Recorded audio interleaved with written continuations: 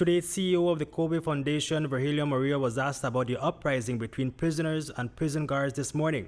Shots were fired and 2 inmates were injured. There was live ammunition, pistols. One prisoner got shot in his ankle and the other got shot in his buttocks, I think. Yeah. But not life-threatening wounds any at all. But for Stephan Jenkins, it was.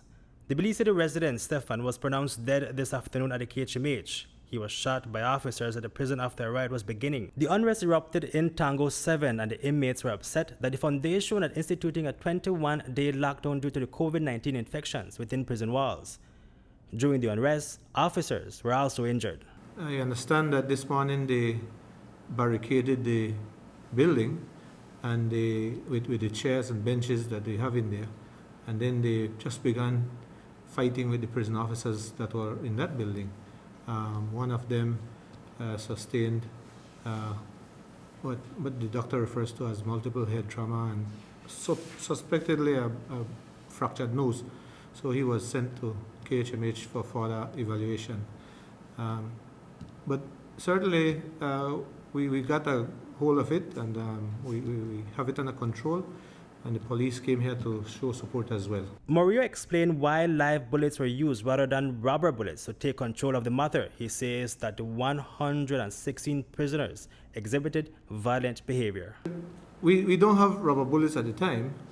What we have is pepper ball, but the way they were going on, violent, because if you see the guard, you would get the understanding of how vicious they were.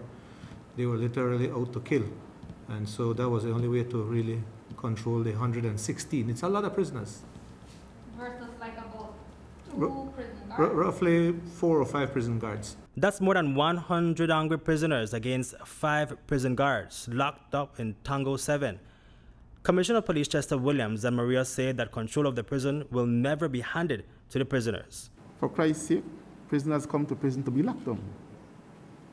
Why is it going to be an issue because they're going to be locked down? That is where they belong, to be locked down. And I fully support him. The prisoners should not come to prison and dictate what should occur with them in terms of whether they're locked down or allowed to be walking the compound. That's why it's called a prison. The people who are trying to kick up a storm, if you look at their history, I mean their conduct in prison, these are people who keeps giving the prison trouble.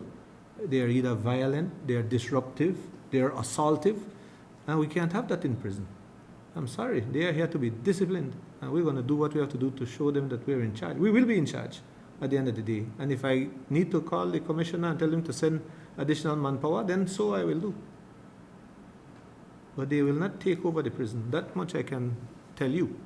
Reporting for News 5, Hipolito Novelo.